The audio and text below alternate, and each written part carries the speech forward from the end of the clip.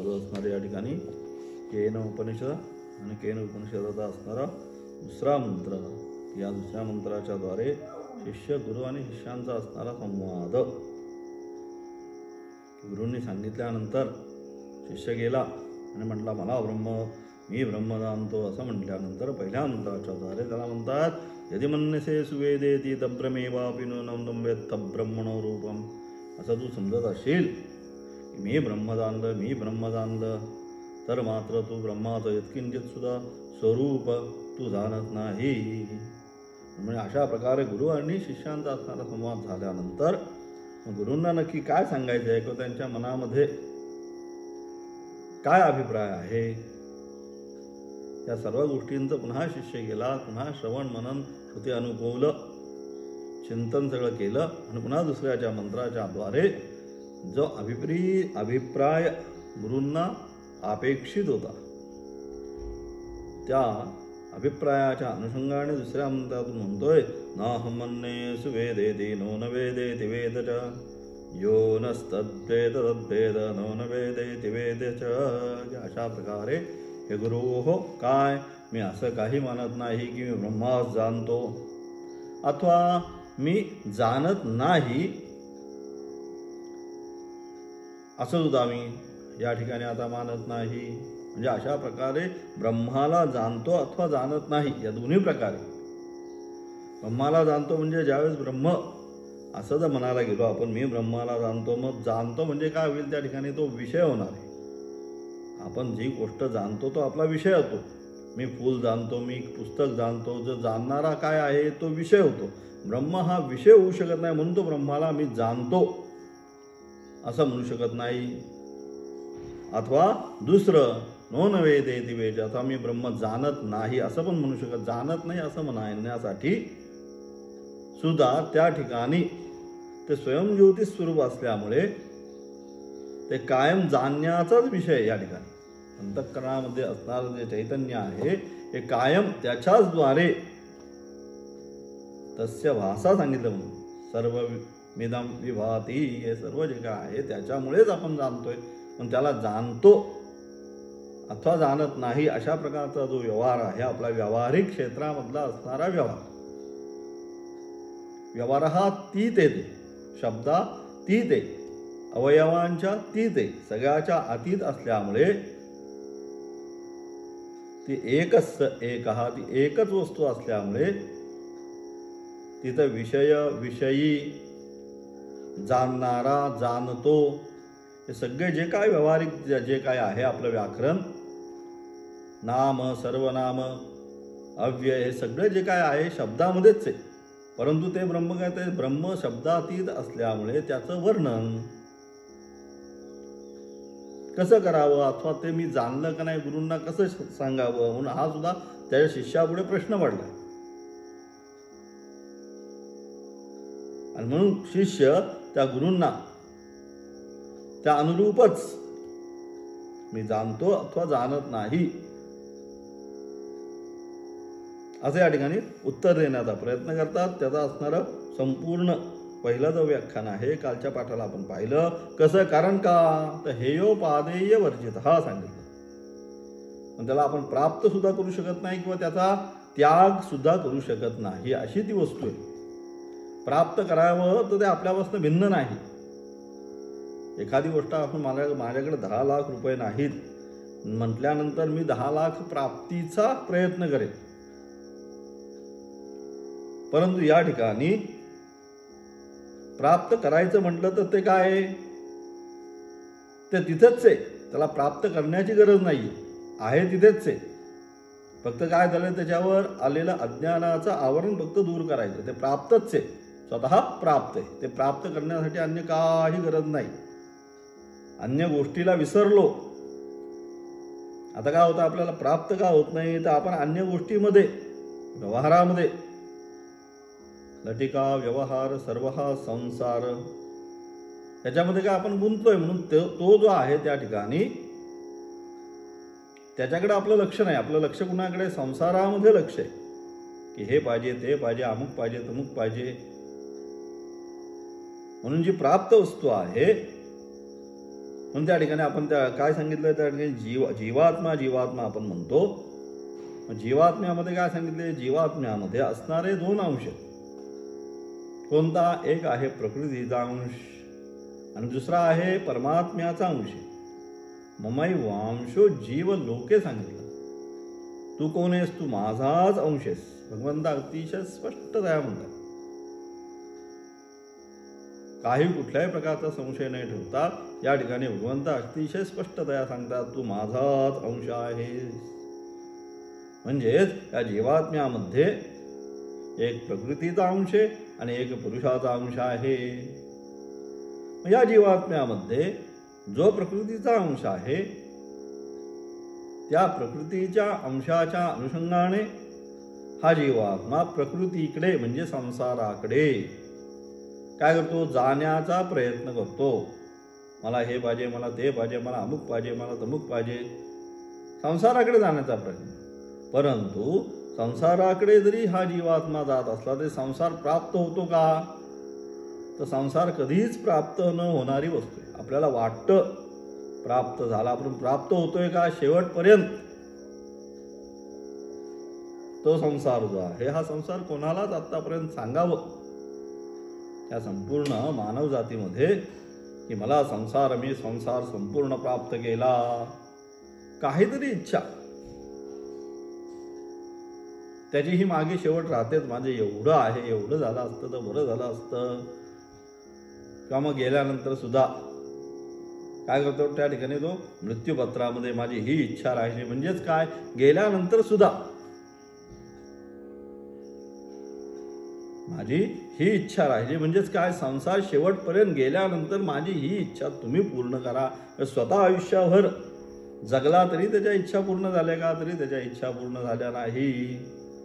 आणि म्हणून मग काय करतो, मृत्यूपत्रामध्ये लिहून ठेवतो, मला हे एवढं असं वाटत होतं, माझे एवढे एवढे अमुक पैसे जे ठेवलेले आहेत त्या पैशातून माझी ही इच्छा तुम्ही पूर्ण करा. म्हणजे संसार जो आहे हा संसार कायम अतृप्तच आहे, अप्राप्तच आहे. कितीही तुम्ही केला तरी संसार कधीही आपल्याला प्राप्त होऊ शकत नाही, नित्य अप्राप्त. परंतु तिकडे जाण्याचा प्रयत्न कोण करतो? हा जीवात्मा. त्याच्यामध्ये तो अंश आहे प्रकृतीचा, मायेचा. प्रकृती म्हणजे माया. आणि दुसरा एक परमेश्वराचा अंश आहे, ममैवांशो जीवलोके. ज्यावेळेस या प्रकृतीच्या अनुषंगाने तो धावणं थांबेल आणि मग काय करायचं, आता या ठिकाणी जो परमेश्वराचा अंश आहे तो परमेश्वराचा अंश प्राप्त करण्यासाठी काय करायचंय, या प्रकृतीच्या मागे जो लागलेला आहे, मायेच्या मागे, संसाराच्या मागे जो तो धावतो आहे तेवढं बंद करायचं, बाकी काही करायचं नाही. तो स्वतः आहे म्हणून त्याला प्राप्त करण्याची गरज नाही. मी प्राप्त केला असं मी म्हणू शकत नाही. फक्त जे धावणं आहे पुढे संसाराच्या मागे धावणं आहे, ते धावणं एकदा बंद झाला की तो स्वतः प्राप्त आहे. म्हणून काल त्याचं सांगितलं काय, स्वयंप्रकाश, स्वप्रकाश. त्याला प्राप्त करण्यासाठी जसं सूर्याला प्रकाशाची अपेक्षा नाही, तसं या ठिकाणी असणारा तो जीवात्मा, परमात्मा, जीव नावाच्या नाम उपाधीला ज्यावेळेस त्याने काय केलं, ग्रहण केलं, त्यावेळेस तो जीवात्मा झाला आहे, परमात्माच. परंतु अंतःकरण चतुष्टय जे आहे, ह्या अंतःकरण चतुष्टयाशी त्याचा ज्यावेळेस संबंध निर्माण झाला, मी आणि माझं हे ज्यावेळेस त्याने आरंभ केलं, त्यावेळेस त्या मी आणि माझं ह्याच्या अनुषंगाने निर्माण होणारी माझी सुखे, माझी दुःखे, हे सगळं तो अनुभवायला सुरुवात त्यांनी केली. कोणाच्या अनुषंगाने? प्रकृतीच्या अनुषंगाने. परंतु पुरुषाच्या अनुषंगाने ज्यावेळेस त्याने साधना आरंभ केली, त्यावेळेस काय आहे, जे समजलाय तो प्रकृतीच्या अनुषंगाने मी आणि माझं, त्याचा काय करायचं, त्याचा फक्त त्याला आता त्याग करायचा, बाकी काही करायचं नाही. जे समजतोय, म्हणून आतापर्यंत एकच सांगत आलो, इतक्या वर्ष साधना काय आहे, जे करतोय सगळ्याचा त्याग करून बसायचं, हीच साधना आहे. यस्यात्मरतिरेव स्यात्, जे मला वाटतं मी हे करतोय, मी अमुक करतोय, सगळं सोडून बसणे हेच साधना करायची, दुसरी काही साधना करायची नाही या ठिकाणी. म्हणून अशा प्रकारे ज्यावेळेस हे सर्व सोडेल त्यावेळेस काय आहे, त्यावेळेस परमात्मा नित्य प्राप्त आहे. फक्त आपण काय केलोय, आपण त्याचं विस्मरण झालंय, आपल्याला दुसरं काही झालं नाही. काय विस्मरण का झालंय? विस्मरण याच्याकरता झालंय की आपण संसाराच्या नादी लागलो, आणि संसाराच्या नादी लागल्यामुळे आत्मस्वरूपाचं विस्मरण, परमात्म्याचं विस्मरण झालं. म्हणून ज्यावेळेस संसाराचं विस्मरण होईल त्यावेळेस परमात्मा स्वतः प्राप्त करण्याची गरजच नाहीये. कुठेतरी गेला आणि त्यांनी त्याच्या डोक्यावर हात ठेवला, त्याने असं झालं, त्याने तसं झालं, मग त्याला परमात्मा प्राप्त झाला. परमात्मा कुठे गेलाच नाही प्राप्त होणार, तो आहे तिथेच आहे. फक्त अज्ञान, जे अज्ञानेन आवृतम ज्ञानम, मी आणि माझं एवढं फक्त दूर केलं. जसं सूर्यावर असणारे ढगाचं असणारं आच्छादन, आवरण पावसाळ्यामध्ये येतं. सूर्य त्यावेळेस कुठे जातो का? सूर्य कुठेच जात नाही, सूर्य आहे तिथेच आहे, पण आवरण फक्त दूर करायचे ढगांचं. तसं या ठिकाणी ते चैतन्य तत्त्व आहे, तो परमात्माचा असणारा अंश जो आहे तो नित्य प्राप्त आहे, त्याला प्राप्त करण्याची गरज नाही. अतिशय स्पष्ट आहे, तो नित्य प्राप्त आहे. प्राप्तीसाठी कुठे जायची गरज नाही, इकडे गेला तिकडे गेला. म्हणून मग ते आपल्या असणारे काही मराठीमधली सुंदर गाणी आहेत किंवा संस्कृतचे सुभाषित आहेत, श्लोक आहेत. कुठे शोधिशी रामेश्वर आणि कुठे शोधिशी काशी, हृदयातील परमेश्वर राहिला हृदयातून उपाशी. परमेश्वर जो हृदयामध्ये आहे त्याला हृदयामध्येच पाहिला पाहिजे. आपण सगळीकडे बाहेर अंतस्थात्मान अजम न दृष्ट्वा भ्रमंती मूढा गिरिगव्वलेषु सांगितलं. या ठिकाणी असणारं ते आत्मतत्व आहे. त्या आत्मतत्वाला न जाणता आम्ही काय करतोय, इकडे फिरतोय तिकडे फिरतोय, पण जिथं पाहायचंय तिथं आम्ही पाहत नाही. आणि म्हणून अशा प्रकारे तो जो आहे परमात्मा नित्य प्राप्त आहे, संसार नित्य अप्राप्त आहे, हे लक्षात ठेव. परमात्मा प्राप्तीसाठी काही करायचं नाही. संसारामध्ये असणाऱ्या आसक्तीचा त्याग केला की परमात्म्याची प्राप्तीच आहे. पुन्हा त्याच्यासाठी काहीतरी वेगळं करायचं, अनुष्ठान करायचं, अमुक करायचं, तो काही करायचं नाही. इथली आसक्ती ही कमी केली की ऑटोमॅटिक तो नित्य प्राप्तच आहे. त्याचा फक्त काय झालं, विस्मरण झालं. म्हणून अशा प्रकारे, आणि म्हणून या ठिकाणी तो म्हणतात, काय म्हणतात, मी जाणतो अथवा जाणत नाही. हा जो वाक्य प्रचार वापरला तो त्यासाठी वापरला. नित्य प्राप्त जी वस्तू आहे तो विषय होऊ शकत नाही, विषय प्राप्त करू शकतो, पण परमात्मा हा विषय होऊ शकत नाही. म्हणून मी तिथं कुठल्याही प्रकारचं मी जाणतो अथवा जाणत नाहीला तोच आहे. जाणतो तो विषय होऊ शकत नाही, आणि जाणत नाही तर तो स्वयंसिद्ध आहे. त्याला जाणत नाही कसं, तो असल्याशिवाय तू काही जाणूच शकणार नाही. अशा प्रकारे या ठिकाणी सांगून पुन्हा गुरु आता त्यांना म्हणतात, काय म्हणतात, आणि म्हणजे अशा प्रकारे काल आपण पाहत होतो, स्वयंप्रकाश निर्दुःख नित्य चित्त सुखस्वरूप असे ब्रह्म आहे. आणि काय, तेच ब्रह्म माझे स्वरूप आहे, निर्विषय रूपाने लक्षणावृत्तीने मला समजले, असा माझा आशय आहे. आणि म्हणजे अशा प्रकारे आता गुरुकडे आलेला शिष्य की ज्याला आता यथार्थ त्या ब्रह्माचं ज्ञान झालेलं आहे, हे ब्रह्मतत्व कसं आहे हे जाणल्यानंतर आता त्याने गुरुला सगळं सांगितलं. हे गुरु हो, तुम्ही जे आत्तापर्यंत माझी परीक्षा घेत होता, न वेदे दिवेद यस्यामतम अविज्ञातम विजानताम विज्ञातम विजानताम वगैरे या सगळ्या वाक्यांच्या द्वारे तुम्ही जो उपदेश केला, तुम्ही जी परीक्षा घेत होता त्या परीक्षेला मी परिपूर्ण उतरलो. आणि आता मी ते ब्रह्मतत्व जे आहे ते ब्रह्मतत्व या ठिकाणी यथार्थ जाणलं तरी सुद्धा मी तुम्हाला असं म्हणू शकत नाही, नाहम मन्ये सुवेदेति नो न वेदेति वेदज यो नस्तद्वेद तद्वेद नो न वेदेति वेदज. अशा प्रकारे मी तुम्हाला त्याचं उत्तर देऊन झाल्यानंतर त्या ठिकाणी गुरु हो पुन्हा म्हणतात, काय म्हणतात तो गुरु काय म्हणतात पुन्हा आता शिष्याला. गुरु म्हणतात, तू ज्या वाक्याने ब्रह्म समजले असे समजतो.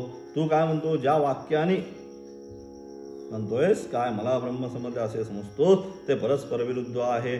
मला ब्रह्म चांगले कळले आहे असे सांगून पुन्हा त्याच्या विरुद्ध ब्रह्म जाणले असे बोलतोस. एकीकडे तू काय म्हणतो मला ब्रह्म चांगले कळले नाही, नाहम म्हणणे सुवेदेती नो नवेदेती वेद, म्हणजे एकीकडे तू काय म्हणतोय मला ब्रह्म चांगले कळलं नाही, एकीकडे ब्रह्म चांगलं कळाले नाही असं पण म्हणतो आणि पुन्हा काय करतोय असे सांगून पुन्हा त्याच्या विरुद्ध काय म्हणतोय मी ब्रह्म जाणले नो नवेदेती वेद. पहिल्यांदा तर म्हणतोय मला जाणलं मी जाणलं नाही, दुसऱ्यांदा म्हणतोय मी जाणलं सुद्धा. मग असं परस्पर विरुद्ध जी वाक्य आहेत ही परस्पर विरोधी वाक्य तू कशी का सांगतोस असं आता गुरु या शिष्याला प्रश्न करतात. आणि म्हणून अशा प्रकारे मला ब्रह्म चांगले कळले नाही असे सांगून पुन्हा त्याच्या विरुद्ध ब्रह्म जाणले असे बोलतोस. ज्या पुरुषाने जी वस्तू आणली तीच वस्तू मी जाणली नाही असे बोलणे परस्पर विरुद्ध आहे का? त्या पुरुषाला काही आणायला सांगितलं आपण, जावा बाजारातून जाऊन अमुक अमुक हे घेऊन या. मग ती वस्तू त्याने आणल्यानंतर दुधाची पिशवी आणल्यानंतर समजा 1 लिटर दूध घेऊन या असं सांगितलं एखाद्या गृहस्थाला, तो जाऊन 1 लिटर दूध घेऊन आला आणि त्यानंतर मग काय म्हणतो तो म्हणतो मला ते माहिती नाही. हे काय हे जसं परस्पर विरुद्ध आहे. म्हणजे ज्या पुरुषाने जी वस्तू जाणली म्हणजे त्याला लक्षात आहे की बाबा हे दूध आणलेलं आहे, मग तो काय म्हणतो तीच वस्तू मी जाणली नाही असे परस्पर विरुद्ध बोलणे हे योग्य नाही. त्यांनीच आणले तोच म्हणतो मी ते मला ते माहिती नाही, हे जे बोलणं आहे हे योग्य नाही. ज्या पदार्थाविषयी ज्याला संशय अथवा विपर्य असेल तोच पुरुष असे विरुद्ध बोलेल की ज्याला त्या विषयामध्ये असं कोण बोलेल ज्याच्या मनामध्ये काही संशयाला यथार्थ ज्ञान झालेलं आहे, तो अशा प्रकारे बोलणार नाही. मग कोण बोलेल ज्याला संशय अथवा विपर्य आहे. मी ब्रह्म जाणतो म्हटल्यावर तो ब्रह्म जाणतो असेच म्हणेल, मी जाणतो आणि मी जाणत नाही असं बोलणार नाही. मी जाणतो मी जाणत नाही म्हणजेच काय कन्फ्युजन आहे तुला, म्हणजेच काय मग तुझ्या मनामध्ये कुठेतरी संशय आणि विपर्य निर्माण झालेला आहे आणि म्हणून तू असं म्हणतोयस मी जाणतो मी जाणत नाही. तेच या ठिकाणी म्हणतात की काय ज्याला संशय अथवा विपर्य असेल तोच पुरुष असे विरुद्ध बोलेल. शहाणा असे विरुद्ध कधीच बोलणार नाही. जो शहाणा आहे तो असा परस्पर विरुद्ध एकीकडे म्हणतो जाणतो नाही, इकडे म्हणतो जाणत नाही. जो शहाणा व्यक्ती आहे हे अशी परस्पर विरुद्ध वचनं जी आहेत ही विरुद्ध वचनं शहाणा मनुष्य कधीच करणार नाही. शहाणा असे विरुद्ध कधीही बोलणार नाही. ब्रह्माचे जर संदिग्ध ज्ञान झाले, ब्रह्माचे काय जर संदिग्ध ज्ञान झाले अहम ब्रह्मवान वा, जर संदिग्ध म्हणजे संशयायुक्त त्याला जर ज्ञान झाले तर मग त्या मनामध्ये काय प्रश्न होईल अहम ब्रह्मवान वा, अरे मी ब्रह्म आहे का नाही. अशा प्रकारे त्याच्या मनामध्ये काय संशय निर्माण होईल किंवा विपरीत ज्ञान झालं. विपरीत ज्ञान झालं तर काय नैव अहम ब्रह्म किंतु जीव, अरे मी ब्रह्म नाही मग कोणे मी जीवच आहे. अशा प्रकारे विपरीत ज्ञान होईल. आणि संशय ज्ञानाने आहे का नाही ही गोष्ट मला माहिती नाही असं संशयात्मक ज्ञान, अथवा मी ब्रह्म नाहीच अशा प्रकारे एक ज्ञान होईल. आणि म्हणून तर अशा ज्ञानाने पुरुषार्थ प्राप्ती होत नाही. आणि अशा प्रकारचे संशय विपरीत ज्ञान आहे त्या ज्ञानाने कोणालाही पुरुषार्थाची प्राप्ती होत नाही. कुठलीच व्यवहारामध्ये सुद्धा स्पष्ट ज्ञान नसेल तर त्या गोष्टीची प्राप्ती होणार नाही. एखाद्या गोष्टीची प्राप्ती करायची असेल तर त्यातलं सगळं जे आहे संपूर्ण परिपूर्ण ज्ञान, म्हणून थिअरी आणि प्रॅक्टिकल सांगितलं दोन्ही पाहिजे. लिखाण पण पाहिजे आणि प्रात्यक्षिक पण पाहिजे. त्या ठिकाणी नुसतं लिहत बसला आणि प्रात्यक्षिक काही नसेल तर काही त्याचा उपयोग होणार नाही. त्याचप्रमाणे या ठिकाणी सांगितलं. आणि म्हणून अशा प्रकारे तर अशा ज्ञानाने त्या पुरुषार्थ म्हणून या ठिकाणी सुद्धा मी जाणतो अथवा मी जाणत नाही अशा प्रकारे विपरीत जे ज्ञान तू सांगत आहेस किंवा परस्पर विरुद्ध जी वचनं तू करत आहेस त्यावरनं काय सांगतो अशा ज्ञानाने तुला त्या पुरुषार्थाची प्राप्ती होणार नाही. म्हणजे ब्रह्मप्राप्ती किंवा ब्रह्मज्ञानाची प्राप्ती तुला या ठिकाणी होऊ शकत नाही. तर अशा ज्ञानाने पुरुषार्थ प्राप्ती होत नाही, त्याने अनर्थाचीच प्राप्ती होते. म्हणून असे ज्ञान विवक्षित नाही. आणि मग अशा प्रकारचे जे संशय ज्ञान संशयात्मा विनश्यती सांगितलं. जे संशयुक्त ज्ञान आहे ते संशयुक्त कुठल्याही केवळ ब्रह्मज्ञानाच्या अनुषंगाने नाही परंतु व्यावहारिक क्षेत्रामध्ये सुद्धा जे संशययुक्त ज्ञान आहे हे संशययुक्त ज्ञान कधीही आपल्याला शांती प्राप्त करून, म्हणून संशयात्मा विनश्यती सांगितली, तो स्वतःचा विनाशच करून घेतो. आणि म्हणून अशा प्रकारे, आणि म्हणून तुला काय झालं, आणि म्हणून त्याने अनर्थाचीच प्राप्ती होते. जे संशयात्मक ज्ञान आहे त्याने काय होतं, अनर्थाचीच प्राप्ती होते. आणि म्हणून ते ज्ञान विवक्षित नाही. आणि म्हणून तुला ब्रह्मबोध अद्याप झाला नाही. आणि म्हणून मी असं समजतो तुझ्या या उत्तरावरनं, कोण आता गुरु म्हणतायत, तू जे काय इथं म्हणतो नाहमन्ये सुवेदेति नो न वेदेति वेदच्या वगैरे, हे सगळं तू काय म्हणतोयस याच्यावरनं हे सगळं तुझं संशय विपर्य आहे. युक्त सुख सगळं तुला ज्ञान प्राप्त झालेलं आहे. आणि म्हणून तुला ब्रह्माचं यथार्थ ज्ञान जे आहे हे ब्रह्माचं यथार्थ ज्ञान तुला या ठिकाणी झालेलंच नाही असं मी मानतो. ब्रह्मबोध अद्याप झालेला नाही आचार्यांनी. म्हणून अशा प्रकारे, परंतु आचार्यांनी ही सगळी जी वचनं या ठिकाणी सांगितली, कशासाठी सांगितली, तर त्या आचार्यांना शिष्याच्या मनामध्ये झालेला ब्रह्मभाव जो आहे हा ब्रह्मभाव आता दृढ करायचा. म्हणून शिष्याची आता परीक्षा झाली आहे या ठिकाणी. पुन्हा पुन्हा त्याला काय करतात, स्थान निखन न्याय येणं, त्याच्यामध्ये संशय. म्हणून मगासपासनं, मागच्या पाठापासनं यद्यमन्यसे सुवेदेति दभ्रमे वापिनो नमदम व्यत्थ ब्रह्मणो रूपम वगैरे सगळे काय सांगितलं, त्या सगळ्यांच्या द्वारे त्याच्या मनामध्ये पुन्हा पुन्हा संशय निर्माण करून काय उत्तर देतोय तो, पुन्हा पुन्हा तू जाणत नाही, नाही मी जाणतो, मग जाणतो तर मग सांग काय, असं प्रश्न उत्तरात्मक स्थानो निखन ज्ञायेनं पुन्हा पुन्हा प्रश्न करून, पुन्हा पुन्हा त्याच्या मनामध्ये संशय करून, नक्की काय कळलंय तुला ते सांग, नक्की काय कळलंय तुला ते सांग, असं करत करत या ठिकाणी त्याची पुन्हा पुन्हा आचार्य काय करतात, परीक्षा करतात. दृढ ज्ञान केलं पाहिजे. नुसतं ज्ञान दिलंय परंतु ते दृढ केलं पाहिजे. त्याच्यामध्ये कुठलाही संशय विपर्य नाही राहायला पाहिजे. मनामध्ये संशय त्याच्यामध्ये अजिबात राहता कामा नाही. आणि मग त्या संशयाची परिपूर्ण निवृत्ती करण्याकरता त्याच्या स्वानुभवाने, शास्त्र ठीक आहे, गुरुवाक्य ठीक आहे, परंतु अनुभव त्याच्या बरोबर अनुभव सुद्धा स्वतःचा पाहिजे. म्हणून शास्त्र आणि गुरुवाक्य सांगितलं, परंतु तुला काय अनुभव आलाय, तो अनुभव शास्त्र गुरुवाक्य या तिघांची एकवाक्यता झाली म्हणजे मग ब्रह्मज्ञान. कुठल्याही गोष्टीचं ज्ञान तेव्हाच परिपूर्ण होतं.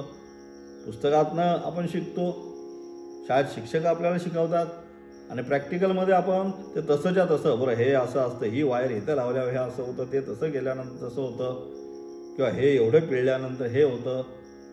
हे काय झालं, प्रॅक्टिकल झालं. या तिन्ही गोष्टी एकरूप झाल्या म्हणजे म्हणतो आता तो शिकला.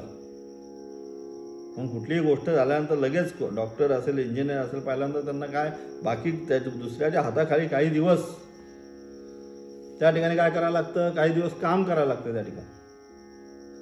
आणि मग ते काम झाल्यानंतर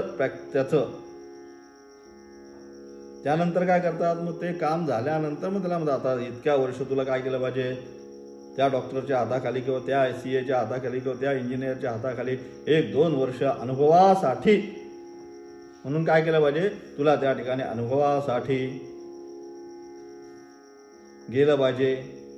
आणि मग तो अनुभवासाठी शिकल्यानंतर तो परिपूर्ण होतो. तसं या ठिकाणी केवळ नुसतं गुरु आदेश झाला, त्याला शास्त्र आदेश झाला, पण अनुभव अजून काहीच नाही. शिकलाय सगळं पण अजून स्वतःचा अनुभव काहीच नाही. स्वतःची पाटे फक्त काय म्हणतो आपण त्याच्या मराठीमध्ये म्हणतो, पाट्या टाकायची कामं त्याने केली. स्वानुभव काहीच नाही. आणि म्हणून तो स्वानुभव त्याला निर्माण झाला का नाही, म्हणून त्याचा अनुभव, शास्त्र गुरुवाक्य आणि स्वानुभव. आता शास्त्र आणि गुरुवाक्याची परिपूर्तता झाली, पण स्वानुभव काय शिष्याला हे पाहण्याकरिता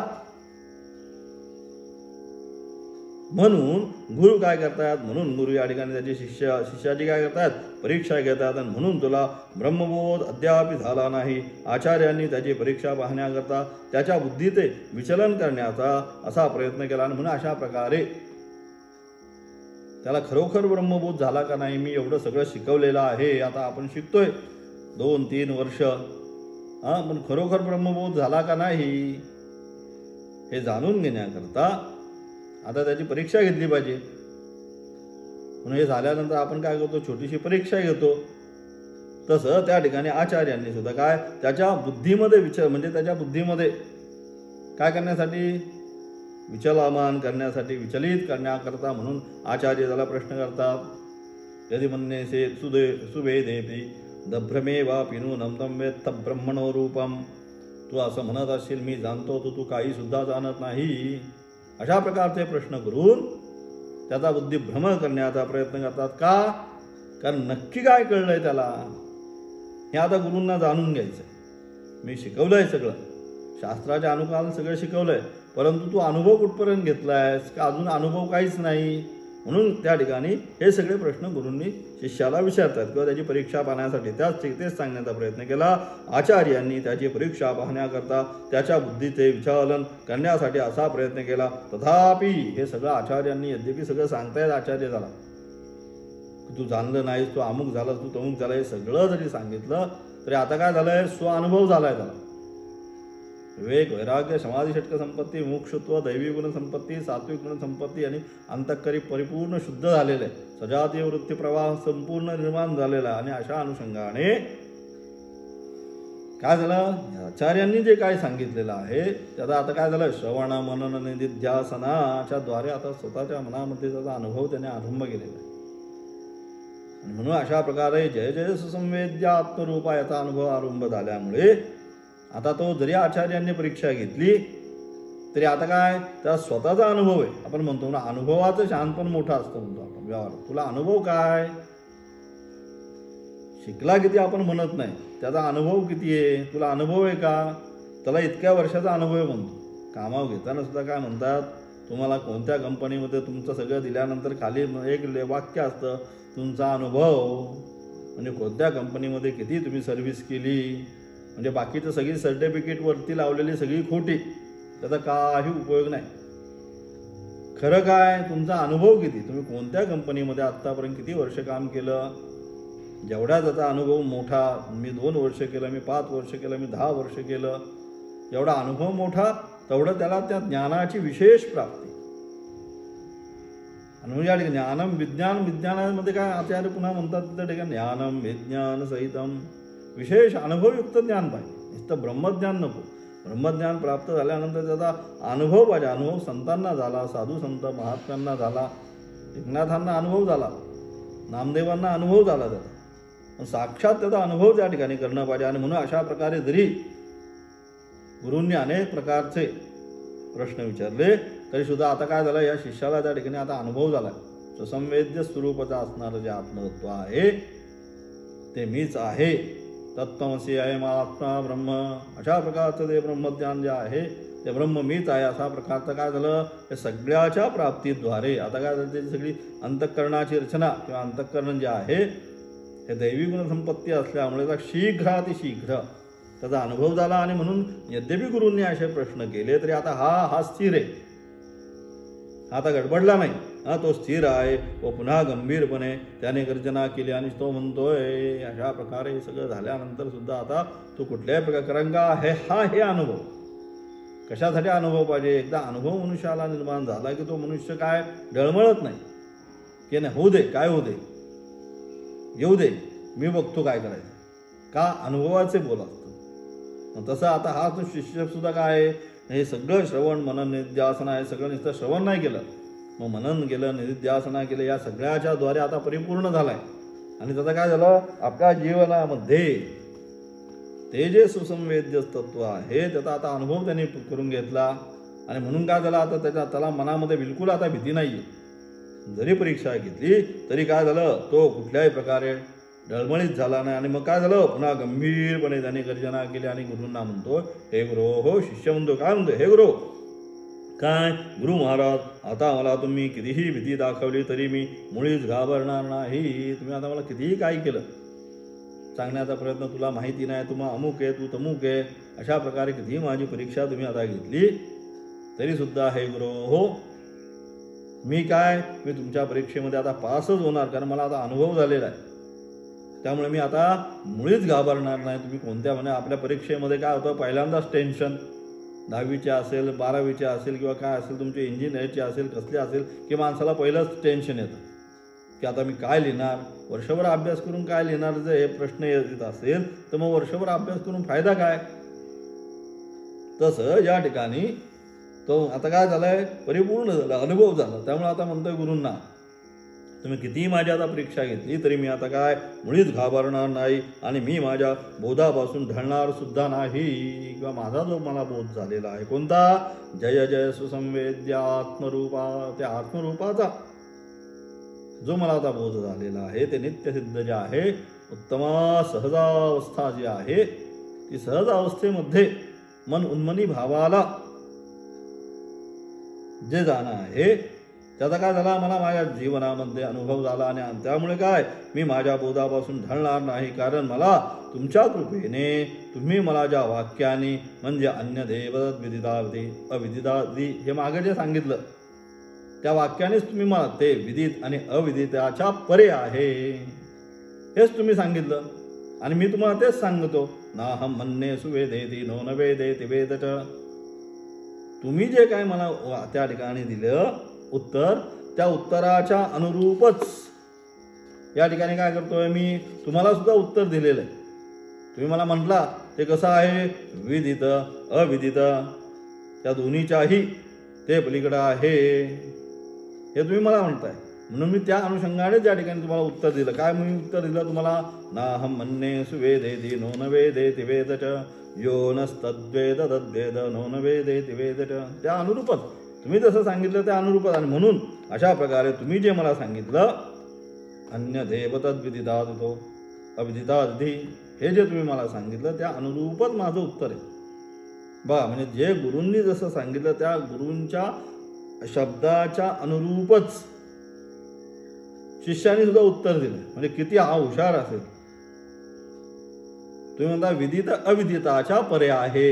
मी काय म्हणतो, मी जाणत सुद्धा नाही आणि मी जाणतो सुद्धा, दोन्ही त्याच्या अनुरूपच म्हणून म्हणतोय. मला तुमच्या कृपेने तुम्ही मला ज्या वाक्याने जे सांगितलं समजून सांगितलं त्या अनुरूपच म्हणतोय. मी तुम्हाला उत्तर दिलेलं आहे. म्हणून अन्य देवतद विदिता याचा तुम्ही काय मला बोध केला त्याचा एकांतात नीट सावधान चित्ताने पुन्हा पुन्हा विचार करून जो निश्चित बोध मला झाला त्याचा अनुभव घेऊन मी बोलतोय. आता तुम्ही जे मला सांगितलं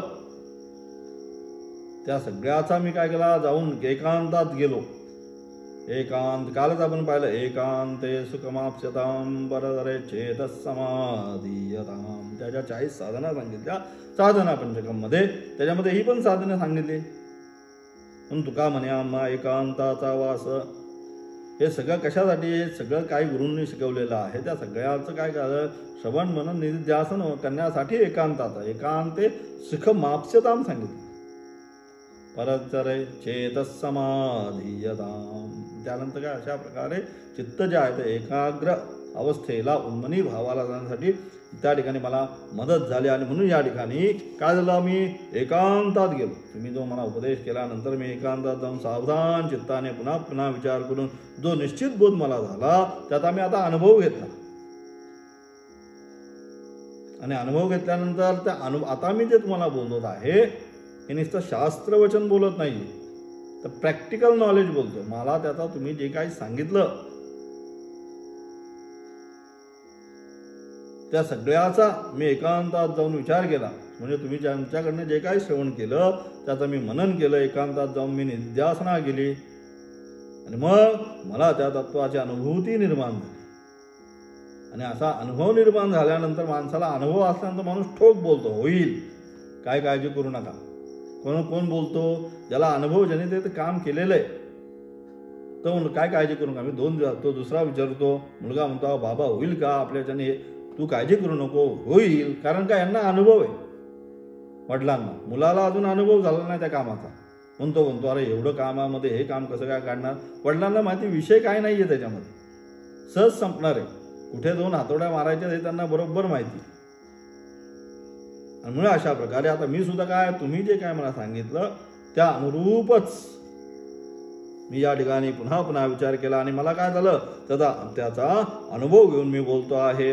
आम्ही जे मुमुक्षु ब्रह्मचर्य आदी साधन संपन्न झालेले आहोत, आम्ही जे काय असलेले आहे मुमुक्षु आहोत. मग तू इच्छा मोक्ष सांगितलं, परमेश्वर प्राप्तीची इच्छा त्याच्या मनामध्ये, नंतर त्यासाठी काय केलं, ब्रह्मचर्य आदी साधन सांगितलं, क्षमा आदी षटक संपत्ती, मोक्षत्व, हे सगळं जे काय आहे त्यांनी परिपूर्ण संपन्न असलेले त्यांच्यापैकी विशिष्ट जो पुरुषाहार्य मी बोललेले जे वचनन नोन वेदे ते वेदच, त्याला तत्वतः बोध झाला. अशा प्रकारे जे काय मी बोललेलं आहे की अशा प्रकारे साधनाने संपन्न मोक्षत्व, विवेक, वैराग्य, समाधी, षटक संपत्ती, मोक्षत्व यांनी योग्य असणारा तो शिष्य त्याने गुरुवचनाच्या अनुरूप श्रवण मनन निधिध्यासना केली आणि त्यानंतरच त्याला तो बोध झाला. आणि तो बोध झाल्यानंतर तो म्हणतोय आता नो न वेदे ते वेदच. म्हणून पहिल्यांदा जी पीठिका आरंभ केली ती तिथेच केली की तो विषय होऊ शकत नाही. प्राप्त करण्यासाठी जर विषयाचं ज्ञान होतं, ब्रह्मविषय नाही, विषयी भावाने काय म्हणतो नित्य त्या ठिकाणी तुम्ही जाणा न जाणा तो तिथंच आहे म्हणून पहिल्यांदा सांगितलं. आणि म्हणून अशा प्रकारे त्याला तत्वतः बोध झाला आहे, त्यालाच खरे ब्रह्म कळले. आचार्याने पूर्वी ज्या वाक्याचा उपदेश शिष्यास केला होता त्यापेक्षा याचे वाक्य वेगळे आहे अशी शंका करू नये. म्हणून आचार्यांनी जो त्या ठिकाणी पहिल्यांदा उपदेश केलेला आहे त्या उपदेशाच्या विरोधात हे गुरु शिष्याचं वाक्य आहे असं तुम्ही कदापि समजायचं कारण नाही. आणि म्हणून अशा प्रकारे पूर्वी आचार्यांनी ज्या वाक्यांनी बोध केला आहे त्याच वाक्याचा तर्काने व स्वानुभवाने जो निस्संशय अविपर्यस्त असा जो तात्पर्यबोध झाला तो दुसऱ्या वाक्याने आचार्यांनी जो बोध केला त्यापेक्षा वेगळा नाही. आणि म्हणून अशा प्रकारे ज्या आचार्यांनी अन्य देवतद विदितार्थो अवदिताधी हे जे काय आचार्यांनी सांगितलं त्याच्याच अनुरूप स्वानुभवाने शिष्य म्हणतो नाहम मन्ये सुवेदेती नोन वेदेती वेद. अगदी दोघांचा अर्थ समानच आहे, काही दोघांच्या अर्थामध्ये फरक नाही. आणि म्हणून तेच सांगितलं तो आता तात्पर्यबोध झाला तो दुसऱ्या वाक्याने आचार्यांनी जो बोध केला त्यापेक्षा वेगळा नाही. म्हणजे शिष्याने या ठिकाणी जे उत्तर दिलेलं आहे नाहम मन्ये सुवेदेती नोन वेदेती वेद, हे जे शिष्याचं असणारं जे उत्तर आहे ते आचार्यांनी जो बोध केलेला आहे त्याच्या अनुरूपच हा काय करतोय या ठिकाणी त्यांनी उत्तर दिलेलं आहे, त्यापेक्षा वेगळा नाही. याच गुरु बुद्धीचाही संवाद म्हणजे दुजोरा आहे. तसेच मंद बुद्धीने काहीतरी विपरीत अर्थग्रहण केला असे वाटू नये म्हणून त्याने निशंकपणे जी गर्जना केली ती योग्य आहे. आणि म्हणजे अशा प्रकारे अतिशय स्पष्टतेने आचार्यांनी जे सांगितलं त्या अनुरूपच या ठिकाणी त्याने उत्तर दिलेलं आहे. याप्रमाणे शिष्य आणि आचार्य यांच्या प्रश्नोत्तर रूपाने ज्या आत्मतत्वाचा योग्य निर्णय झाला त्याचाच अनुभव थोडक्यात स्वतंत्रपणे